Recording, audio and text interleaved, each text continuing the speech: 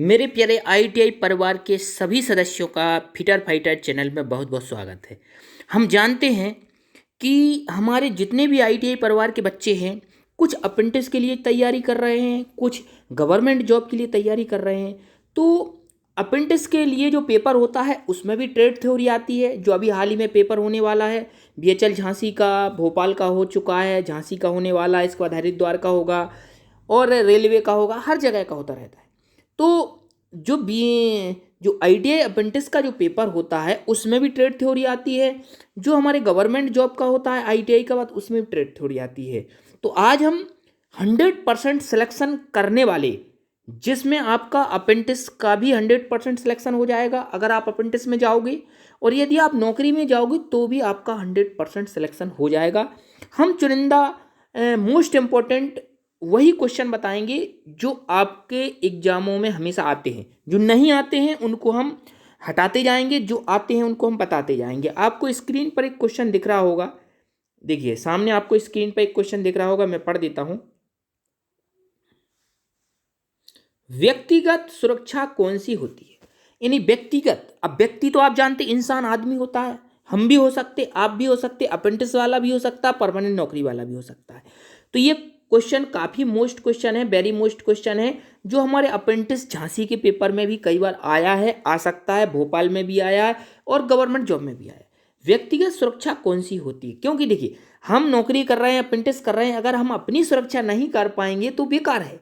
क्योंकि यदि कोई व्यक्ति परमानेंट जॉब पा भी लेता है और उसके साथ कोई धोखा हो जा सकता है, हजार्ड्स हो सकता है, अपनी सुरक्षा नहीं कर सकता है, तो फिर उसका जीवन बेकार है। इसलिए व्यक्ति को सबसे पहले अपनी सुरक्षा करना है। नौकरी सेकंड नंबर पे आती, पैसा सेकंड नंबर पे आता है। तो व्यक्तिगत सुरक्षा कौन सी होती है इसमें हमें ये बताना है। देखिए ऑप्शन सामने दिए गए हैं। सबसे पहले मशीन को साफ रखें। देखिए मशीन को साफ रखें। अब मशीन को साफ रखने से ये व्यक्तिगत सुरक्षा नहीं होती है, मशीन की सुरक्षा होती है। क्योंकि मशीन को साफ रखो तो मशीन अच्छी चलेगी, उसमें हमारा क्या लेना देना है। तो ये पहला जो ऑप्शन है, ये पहला वाला ऑप्शन हो गया गलत।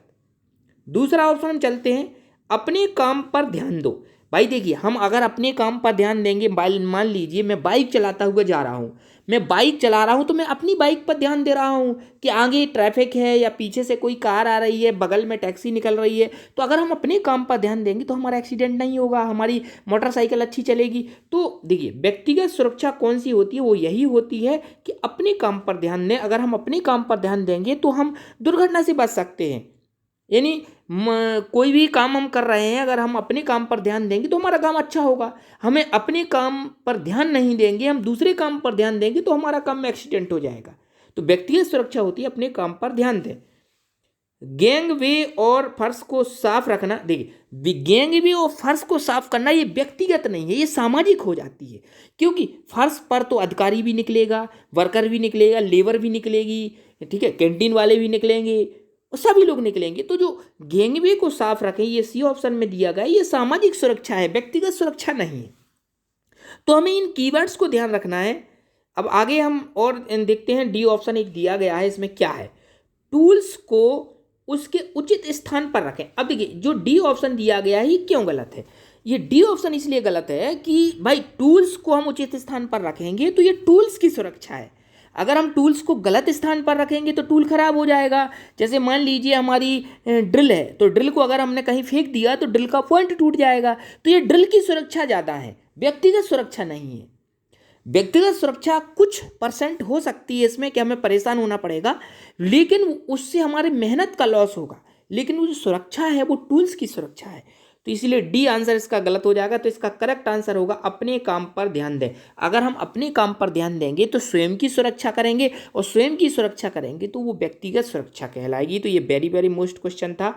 अब दूसरा क्वेश्चन आ जाता है। ये क्वेश्चन में बहुत सारे बच्चे कन्फ्यूजन रहते हैं, लेकिन अगर आप समझ लोगे तो इस क्वेश्चन को आप भूलोगे नहीं। ये क्वेश्चन क्या है मैं आपको ऊपर से समझा देता हूँ। पहले देखिए, इस अनिवार्य प्रतीक का नाम क्या है? प्रतीक का मतलब होता है चिन्ह, यानी ये चिन्ह जो बना हुआ है इसका मतलब क्या है? कुछ बच्चे इसको कहते हैं कि ये साइन स्टॉप का है, कुछ बच्चे इसको कहते हैं कि ये गिव अवे का है। अब मैं बता देता हूँ आपको। देखिए गिव अवे का, इसमें देखिए ये ऑप्शन दिया गया है, कुछ स्टॉप दिया गया है, रास्ता दें दिया गया है, गार्डेड दिया गया है, अनगार्डेड दिया गया है। कुछ लोग इसको कहते हैं ए ऑप्शन, कुछ लोग इसको कहते हैं बी ऑप्शन। इसी में बहुत बड़ा कन्फ्यूजन है। और पिछले साल के ITI अप्रेंटिस भेल झांसी में एक क्वेश्चन आया था और कुछ बच्चे इसको गलत लगा कर आए थे। अब कौन से बच्चे इसको गलत लगा कर आए थे? जिन लोगों ने हमारे चैनल फिटर फाइटर पर नहीं देखा था, या उन लोगों ने कहीं किसी दूसरी किताब से देखा था जिसमें गलत दिया गया है। तो मैं उसको बताता हूँ कि ऐसा ही सिंबल स्टॉप का होता है और ऐसा ही सिंबल रास्ता देने का होता है, गिववे का होता है। तो मैं आपको बता देता हूँ, देखिए इसका क्या आंसर होगा। देखिए ये जो बना हुआ है, एक तीर इस तरीके से बनता है। देखिए यही ब्लैक रंग का तीर इस तरीके से बनता है उल्टा। अब आप इधर से जा रहे हैं, इसमें आप जा रहे हैं, तो देखिए ये जो हमारा ब्लैक रंग का है, इसमें आप जब एरो से इधर जा रहे तो आगे जाके ये रास्ता इतना चौड़ा था, चौड़ा होकर आगे जा करके ये बंद हो गया। देखिए इस पॉइंट पे एक रास्ता बंद है, आप कहाँ जाओगे? आप जा नहीं पाओगे क्योंकि दोनों दीवार है। देखिए एक ये वॉल्स और ये वॉल्स, दोनों वॉल्स, ये वाली वॉल्स और ये वाली वॉल्स जाके आगे जाके इधर मिल गई हैं, तो ये बंद हो गया रास्ता। तो इसका करेक्ट आंसर है ई स्टॉप। अगर ये तीर इस तरीके से बना है एरो, और आप इधर से जा रहे हैं, तो ये दोनों दीवारें इस तरीके से खुली हुई हैं, आपका रास्ता सामने खुला हुआ है। तो अगर ये फर्स्ट नंबर वाला सिंबल आता है तो ये रास्ता दे का होता है, गिव वे का होता है। और सेकेंड नंबर का ऑप्शन आता है तो ये स्टॉप का होता है। 100% सही है और ये कोई भी नहीं बता सकता है। मैंने इस पर बहुत पढ़ा है, तब मैं आपको ये बता रहा हूँ, क्योंकि बच्चों ने ये क्वेश्चन मेरे से पूछा था कि भैया कहीं कहीं इसका आंसर गिव वे दे रहा है, कहीं कहीं स्टॉप दे रहा है। तो मैंने आप लोगों का डाउट क्लियर कर दिया है। तो मैं कोशिश करता हूं अपने चैनल के माध्यम से कभी भी कि भाई आप लोगों का जो भी डाउट हो उसको क्लियर करूं। तीसरा क्वेश्चन भी वेरी मोस्ट क्वेश्चन है। ज्वलनशील लिक्विड ठोस को वर्गीकृत किया जाता है। ज्वलनशील लिक्विड, अब ज्वलनशील मतलब जलने वाला, लिक्विड का मतलब होता है द्रव पदार्थ। तो ज्वलनशील लिक्विड जो होता है, जो लिक्विड पदार्थ होते हैं वो क्लास बी फायर में आते हैं। अब बी फायर को कैसे याद रखो? Class B. अब देखिए जो लिक्विड है, कोई भी लिक्विड होता है, लिक्विड क्या करता है? बॉयल करता है, बॉयल करेगा। बॉयल उबलना को बोलते, तो कोई भी लिक्विड होगा उबलेगा, उबलने को बोलते बॉयल। और बॉयल किससे? बी से। तो इसलिए आप ध्यान रखेंगे क्लास वी फायर, बी से ध्यान रखेंगे बॉयल। और बॉयल कौन करता है? लिक्विड करता है, इसलिए इसका करेक्ट आंसर हो जाएगा बी। तो इसको ध्यान रखना है। ABCD 4 प्रकार की आग होती है, चारों ही बहुत ही इंपॉर्टेंट है। तत्काल जीवन रक्षक प्रक्रिया कौन सी होती है? तत्काल मतलब हाल ही में, तुरंत, एकदम। उन्होंने कहा कि जैसे कभी कोई कहने लगता अभी तत्काल जाइए और अभी एक खांसी की दवाई लाइए। तत्काल का मतलब तुरंत जाइए। तो तत्काल जीवन रक्षक, तो जीवन रक्षक मतलब हमें अपने जीवन को बचाना है। कहीं कोई ना कोई एक्सीडेंट हुआ है, उसको जीवन को बचाने की तत्काल प्रक्रिया कौन सी होती है? तो तत्काल जीवन रक्षक प्रक्रिया जो होती है वो प्राथमिक चिकित्सा होती है। अब कैसे कहोगे? तत्काल, देखिए तत्काल मतलब जल्दी, और फर्स्ट का मतलब भी जल्दी होता है। फर्स्ट का मतलब फास्ट, तो फर्स्ट का मतलब भी आगे होता है, फास्ट का मतलब भी आगे होता है, और तत्काल का मतलब भी जल्दी होता है। तो फर्स्ट एड, इसलिए तो इसका नाम फर्स्ट एड रखा गया है। फर्स्ट का मतलब जल्दी काम करो, फास्ट काम करो, फर्स्ट मतलब प्रथम श्रेणी में काम करो। तो इसलिए तत्काल जीवन रक्षक प्रक्रिया जो होती है वो फर्स्ट एड होती है। लास्ट एड ना कहा, अगर हम लास्ट एड इसको कह देते तो अंतिम जीवन रक्षक प्रक्रिया होती है। इसलिए इसका नाम लास्ट क्यों नहीं रखा? लास्ट नहीं रखा क्योंकि लास्ट का मतलब अंतिम होता है, फर्स्ट का मतलब प्रथम होता है। तो इसका फर्स्ट आंसर जो हो जाएगा वो ये आंसर फर्स्ट आंसर हो जाएगा। ऐसे ही क्वेश्चन आएंगे, और अगर मैं आपको एक बार में क्वेश्चन समझा दूंगा तो आपको कभी दिक्कत नहीं होएगी। फिर सिंबल ये आ गया, देखिए ये सिंबल बना हुआ है, इस सिंबल को बताना। तो देखिए इसमें एक ट्रेन का इंजन बना हुआ है, और इस ट्रेन के इंजन में देखिए नीचे जो पहिए लगे हुए हैं आपको दिख रहे होंगे, इन पहियों में कोई भी कवर नहीं लगा हुआ है। जिस तरीके से जैसे हमारी साइकिल होती है, तो साइकिल के पहिए के ऊपर एक तरीके से एक कवर लगा होता है, मडगार्ड लगा होता है, एक चेन कवर लगा होता है, जिससे हमारा पैंट चेन में नहीं फंसता है। चेन के ऊपर साइकिल में कवर लगा होता है। अगर हम साइकिल के चेन के ऊपर कवर नहीं लगाएंगे तो क्या होगा? हमारा पैंट होगा, हमारा पैजामा होगा, जैसे हमारे अंकल पैजामा पर्दनी पहनते हैं, तो वो चेन में फंस जाएगा, और चेन में फंसने से दुर्घटना हो सकती है। और चेन ब्लैक होती है, उसमें ग्रीस लगा होता है, तो हमारे पैजामा में, हमारी धोती कुर्ते में, हमारे पैंट में, हमारे महिलाएं जो साड़ी पहनती हैं, महिलाएं जो जो भी नीचे वाला सलवार पहनती हैं तो उनमें वो गंदगी लग जाएगी। तो चेन कवर लगाना बहुत ज़रूरी है, और चेन कवर को हम गार्ड कहते हैं। जिस तरीके से हमारे घर का गार्ड अंदर चोर आने को मना करता है, गार्ड, उसी तरीके से chain guard, mud guard, chain guard जो होता है वो हमारे पैर को चेन में फंसने से बचाता है, चेन लगने से बताता है।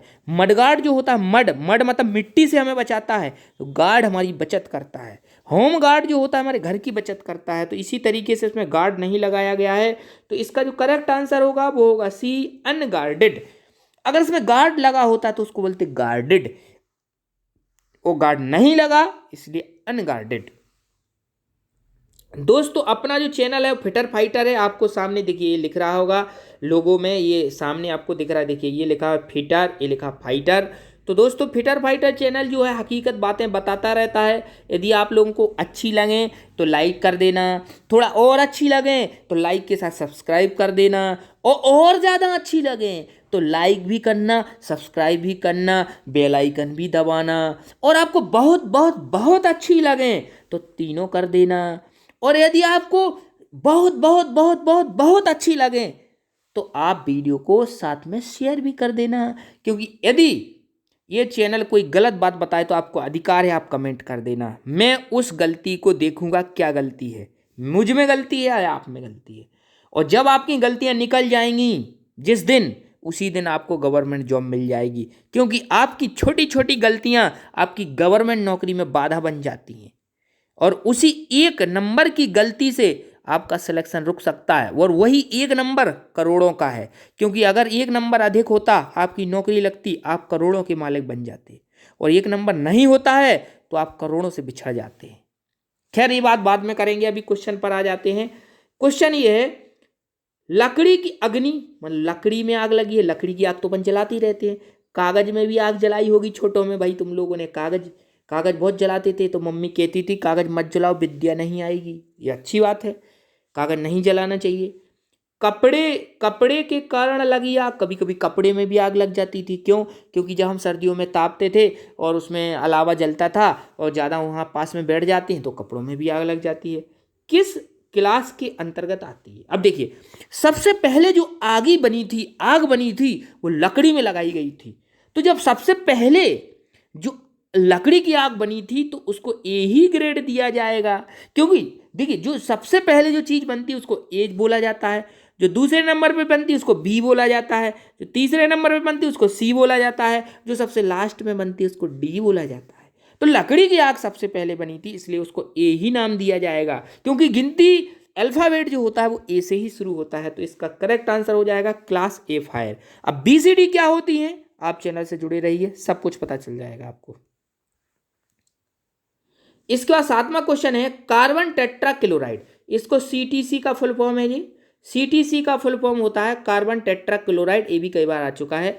इसको CCl4 भी कहते हैं, केमिकल फॉर्मूला इसका CCl4 होता है। सी से होता है कार्बन और Cl से होता है क्लोराइड, तो carbon tetra chloride CCl4 CTC भी कह सकते हो आप। इसके बाद ब्रोमो क्लोरोडीफ्लोरोमीथेन, इसको BCF कहते हैं। ब्रोमो क्लोरोडीफ्लोरोमीथेन से भरा हुआ कौन सा अग्निशमन यंत्र होता है?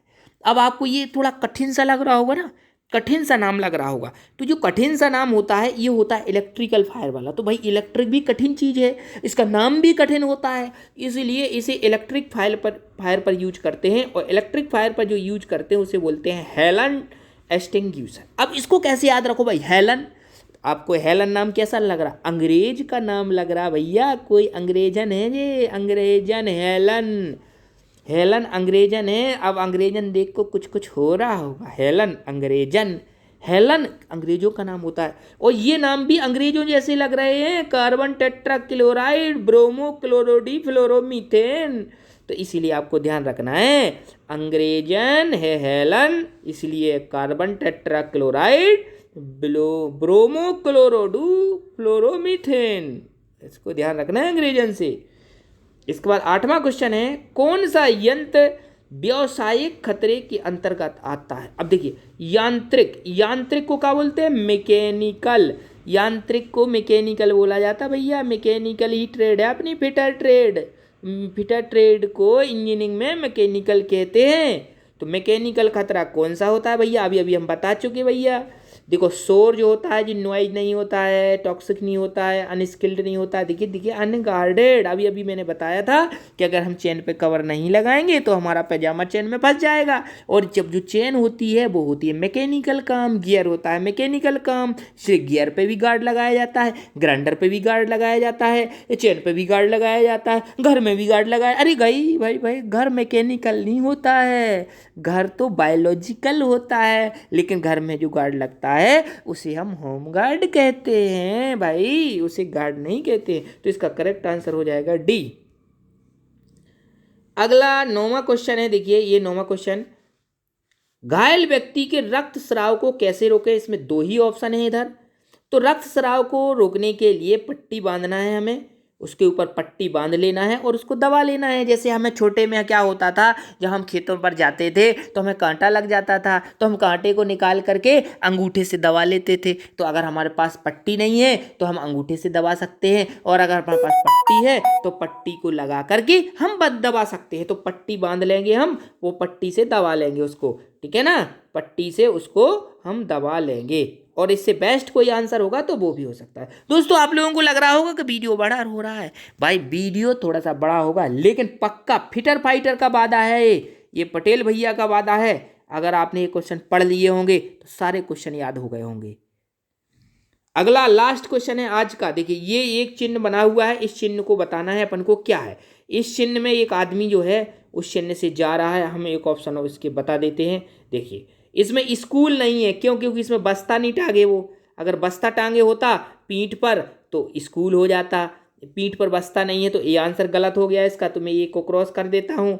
इसके बाद देखिए, इसके बाद गार्डेड, इसमें गार्ड का कोई कवर का कोई मतलब ही नहीं है, पहले मैंने बता दिया आपको, कवर अवर कहीं दिख रहा ना, गियर दिख रहा ना चेन दिख रहा है, तो इसलिए बी आंसर भी इसका, ये आंसर भी गलत हो गया, बी भी गलत हो गया। इसके बाद अनगार्डेड, अनगार्डेड इसमें जब भाई कोई चीज़ मैकेनिकल है ही नहीं, कोई चीज़ है ही नहीं तो गार्ड कहाँ से? तो बचा क्या? बचा देखिए लास्ट वाला, पैदल चलने वाला मार्ग। इसका करेक्ट आंसर है, इसका करेक्ट आंसर है डी, पैदल चलने वाला मार्ग। अब ये पैदल चलने वाला मार्ग आपको मन में आ रहा होगा कि हमने कहीं देखा है। हाँ भैया देखा है, हम बता देते हैं कहाँ देखा होगा आप लोगों ने, मैं बताता हूँ। ये इसे हम जेब्रा क्रॉसिंग कहते हैं। कहाँ होता है मैं बता देता हूँ। जैसे एक रोड आ रहा है इधर से, और इधर से एक रोड ऐसे आ रहा, ये चौराहा है इस तरीके से, इधर से एक रोड ऐसे जा रहा। अब मान लीजिए आप इधर से इस तरफ से आ रहे हैं और आपको इधर इस रोड को क्रॉस करके आपको इधर जाना है, इधर कोई मॉल है, मॉल में घूमने जाना है आपको, तो इधर पे क्या होगा, इधर पे एक ऐसी पट्टी बनी होगी पीले रंग की इस तरीके से रोड पे, इसे हम जिब्रा क्रॉसिंग कहते हैं। तो आप इधर से आओगे, इधर से निकल जाओगे। अब इधर से कैसे निकल जाओगे? क्योंकि इसके पहले इधर ब्रेकर होता है, एक ऊंचा सा ब्रेकर होता है, ब्रेकर होने की वजह से जेब्रा क्रॉसिंग के जस्ट पहले ब्रेकर होता है। ब्रेकर होने से गाड़ियाँ मोटरसाइकिलियाँ जो रहती हैं, मोटरसाइकिलियाँ बोल दिया भैया मैंने, गाड़ियाँ बोला तो मोटरसाइकिलियाँ बोल दिया, तो जो गाड़ियाँ और मोटरसाइकिल होती हैं वो धीमी हो जाती हैं, और धीमी होने से आपको गाड़ी लगने से बच जाती है और आप क्रॉस कर जाते हैं।